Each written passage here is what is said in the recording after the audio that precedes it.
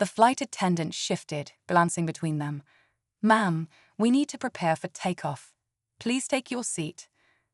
The woman hesitated, staring at Captain Carter as if expecting him to back down. But he didn't. He didn't have to. Slowly, without another word, she turned and dropped into her seat, her face unreadable. The flight attendant nodded, then stepped away to make final preparations for departure. The murmurs in the cabin faded. The passengers settled back into their seats, the tension still lingering in the air. Captain Carter leaned back, closing his eyes for just a moment. He had fought many battles before, but this was different. And it wasn't over yet. The hum of the engines filled the cabin, but the tension still hung thick in the air. Captain Carter kept his posture straight, his hands resting calmly on the armrests, but inside, his thoughts were racing.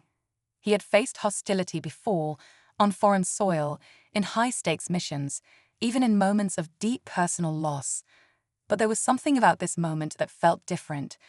Maybe it was the setting, maybe it was the silence from those who had watched it all unfold, or maybe it was the lingering question in his mind. Asterisk.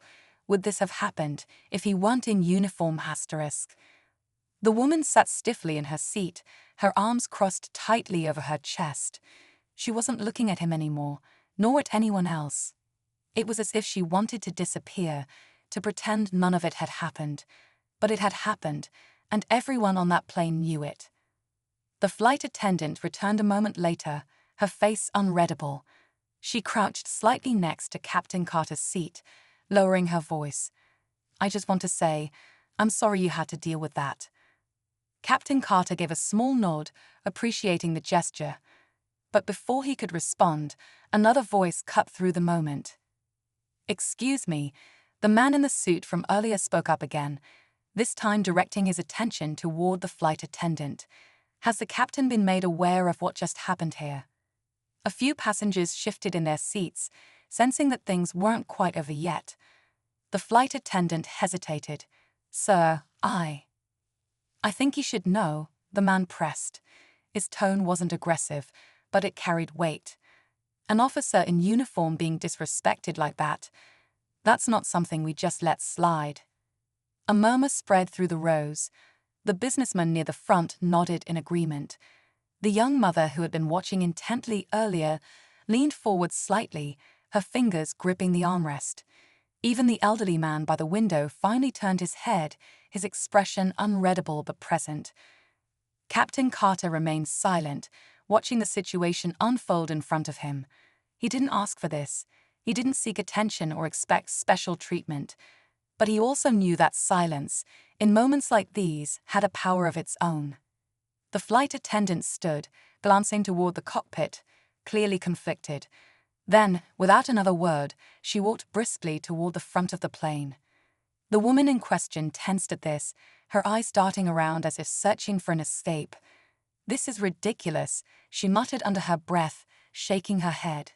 "I didn't do anything wrong." Another murmur rippled through the cabin. Someone let out a quiet chuckle, not of amusement, but disbelief. Captain Carter turned his head slightly, just enough to look at her.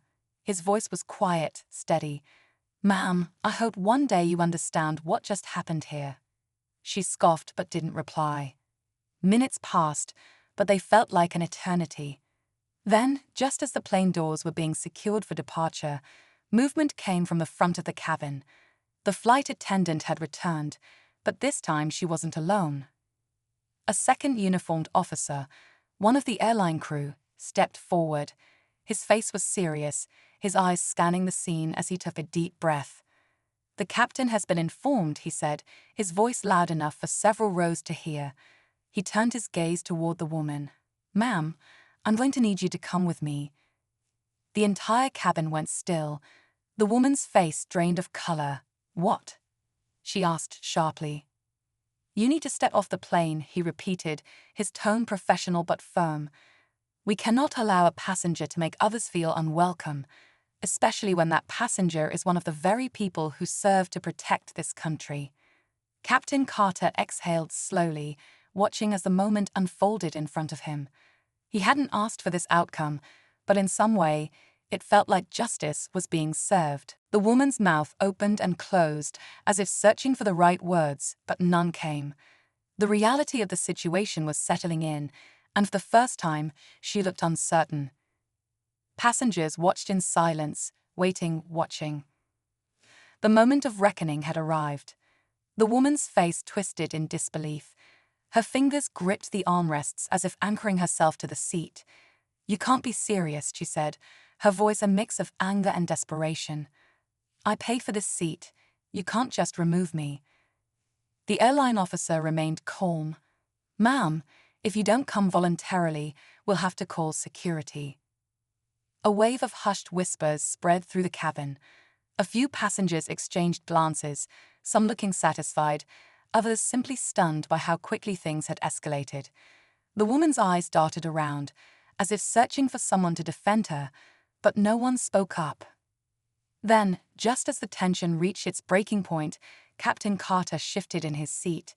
His voice, though quiet, carried enough weight to make everyone pause. "Wait," he said. The airline officer turned to him surprised. The woman froze, staring at him with a mix of suspicion and confusion. Captain Carter exhaled, measuring his words carefully. "I don't think she needs to be removed."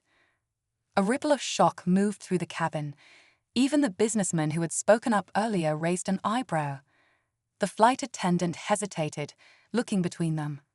The woman, for the first time, seemed completely speechless. The airline officer furrowed his brows. "Sir, with all due respect." "I appreciate what you're doing," Captain Carter interrupted, his tone steady. "And I won't deny that what happened was wrong. But forcing her off this plane, that's not the lesson she needs to learn." Passengers shifted in their seats, hanging on to his every word. Some looked confused, others curious. Captain Carter turned to face the woman directly. "You wanted me gone," he said. "You didn't think I belonged here. But I do. And so do you." He let the words settle before continuing. "I could let you be removed, let you walk off this plane humiliated. But what does that really change?" The woman swallowed, her expression unreadable. He leaned forward slightly. "I've been in places where people truly didn't belong, on battlefields where the difference between life and death was a matter of seconds. I've seen people sacrifice everything for strangers they've never met." He paused. "So if you really believe I don't deserve to be here, then take a good look at yourself and ask, do you?" The silence that followed was heavier than before. The woman's fingers twitched on the armrest. She looked around again, but this time it wasn't for support. It was different now. The weight of what had happened seemed to settle on her shoulders, pressing down with a force she hadn't expected.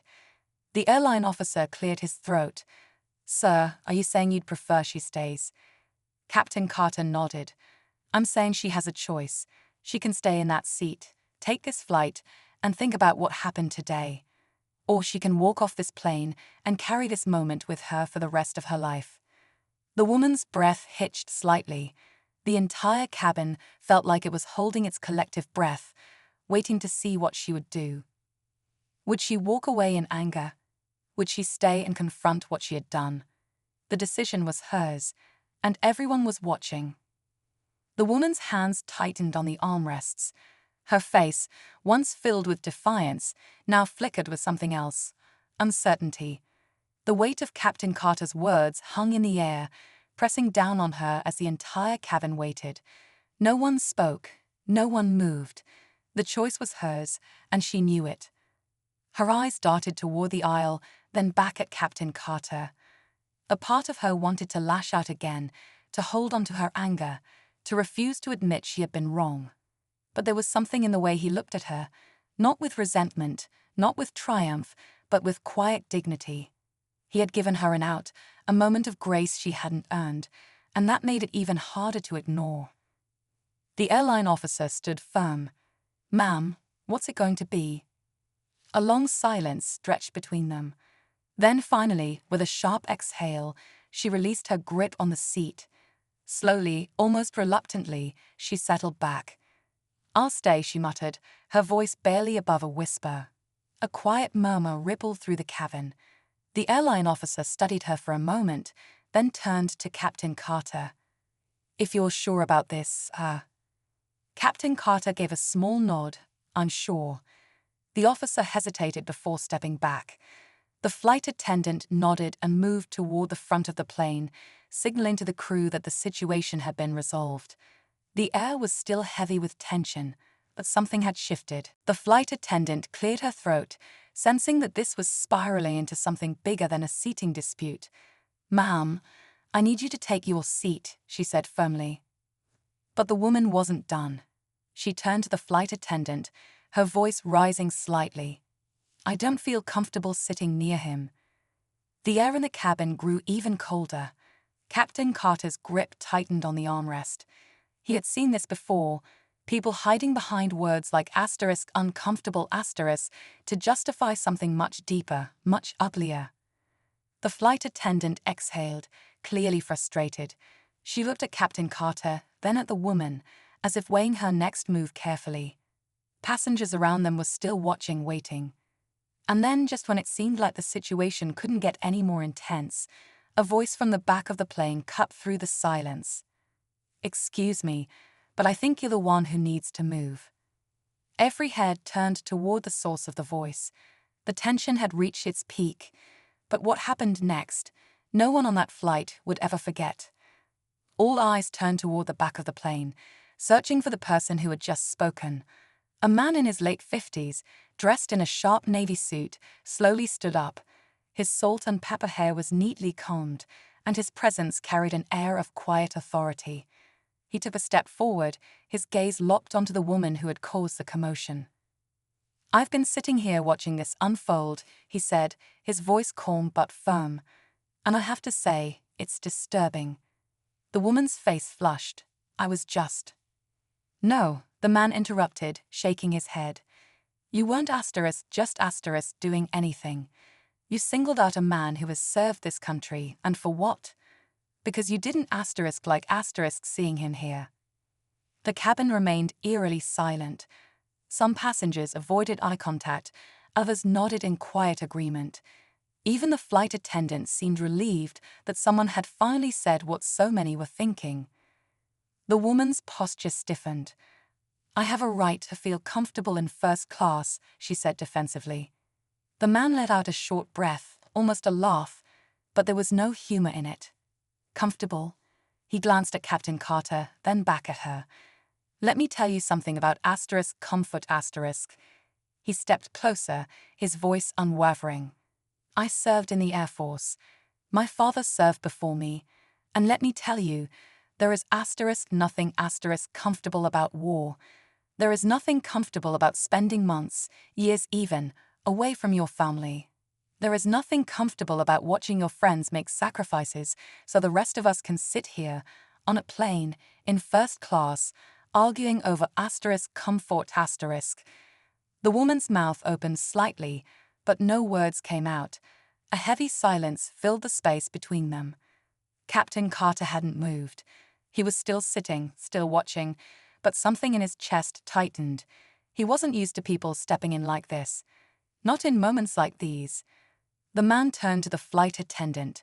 "If anyone should be reconsidering their seat, it's not him," he said, nodding toward Captain Carter. "It's her." A few passengers murmured in agreement. Someone near the window clapped softly. Another person let out a quiet, "That's right." The woman's expression darkened. "I paid for this seat," she snapped. The flight attendant, who had remained silent until now, straightened her shoulders. "And so did he," she said, her voice carrying more authority this time. The woman clenched her jaw, looking around the cabin as if searching for someone to take her side. But no one did. A businessman avoided her gaze.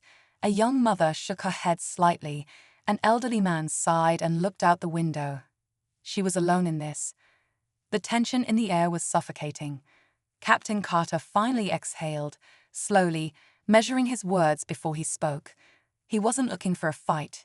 He never had been. But he also wasn't about to let this moment slip away without making something clear. "Ma'am," he said, his voice calm but unshaken, "I didn't come here looking for trouble. I came here to get home, just like you." He paused, letting his words settle. "But the difference between you and me? I've spent my life making sure everyone, including you, has the freedom to sit wherever they choose." The woman's lips pressed together into a thin line. It was clear she wanted to say more, to argue, to push back, but something held her back. Maybe it was the eyes of the passengers around her. Maybe it was the weight of the moment finally sinking in. Or maybe, just maybe, she realized she had already lost. The flight was supposed to be just another routine trip for Captain James Carter, a decorated Army officer returning home after months of service overseas. Dressed in his neatly pressed uniform, he quietly made his way down the aisle, his first-class ticket in hand, ready for a rare moment of comfort before reuniting with his family. But what should have been a smooth, uneventful boarding experience quickly turned into something far worse, something that would test his patience, dignity, and resilience in ways he never expected. As he settled into his seat, a woman a few rows back narrowed her eyes at him. At first, he thought nothing of it. Perhaps she had mistaken him for someone else. But within moments, she stood up, her voice sharp and unwavering, cawing over a flight attendant.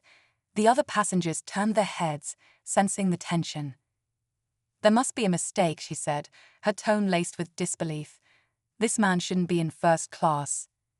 The flight attendant hesitated, glancing at Captain Carter, then back at the woman. "Ma'am, he has a ticket for this seat," she said politely, trying to diffuse the situation. But the woman wasn't satisfied. "No," she insisted, crossing her arms. "I paid a lot of money for my seat, and I don't feel comfortable sitting near someone like him." A heavy silence fell over the cabin. The words hung in the air like a dark cloud, making it painfully clear what she meant.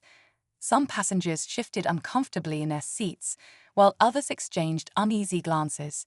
Captain Carter, however, remained composed. This wasn't the first time he had encountered ignorance, but it still stung. He had fought for his country, sacrificed time with his loved ones, and put his life on the line, all so that people like her could live freely. And now here he was, being treated like he didn't belong. The flight attendant looked torn, unsure of how to handle the situation. And then something unexpected happened. Captain Carter took a deep breath, sat up straight, and turned to face the woman. His response was so powerful, so deeply moving, that by the time he finished speaking, there wasn't a dry eye on the plane. What did he say? What happened next? Stay tuned, because this is a story you won't want to miss. Captain Carter turned slowly, his steady gaze meeting the woman's cold, unrelenting eyes. He could feel the weight of the moment pressing down on him, the silence in the cabin growing heavier by the second. Every pair of eyes in first class, and likely even beyond, was locked onto him, waiting to see how he would respond. The flight attendant shifted uncomfortably, clearly torn between maintaining order and addressing the blatant disrespect. But Captain Carter had faced far greater challenges than this. His years in the military had taught him patience, restraint, and most importantly, the power of standing tall in the face of adversity. "Ma'am," he finally said, his voice calm but firm, "I assure you, I'm exactly where I'm supposed to be." The woman scoffed, shaking her head. "People like you don't belong in first class," she muttered, just loud enough for those nearby to hear. A quiet gasp rippled through the cabin. A man a few seats away shifted in his chair, clearly uncomfortable. A young woman near the window glanced between the two, eyes wide with disbelief. No one spoke up, perhaps out of shock, perhaps out of fear of escalating the situation, but the tension was thick, unrelenting. Captain Carter took a deep breath, reminding himself of who he was. He wasn't just any passenger. He was a man who had served his country with honor, who had seen battlefields most people could never imagine, who had watched his brothers in arms make the ultimate sacrifice. He had faced enemies in combat, but this was a different kind of battle. Still, he refused to let anger take hold. He had learned long ago that dignity speaks louder than rage. "I fought for this country," he said, his voice steady. "I've spent years away from my family so people, all people, can have the freedom to travel, to work, to live as they please." He paused for a moment, letting the words sink in. "I earned this seat, just like you did." The woman opened her mouth as if to argue, but something in his tone made her hesitate. For the first time, her expression faltered. A murmur spread through the cabin. A man in business attire glanced at Captain Carter, then back at the woman, shaking his head in quiet disapproval. Another passenger, an older woman, gave him a small nod of encouragement.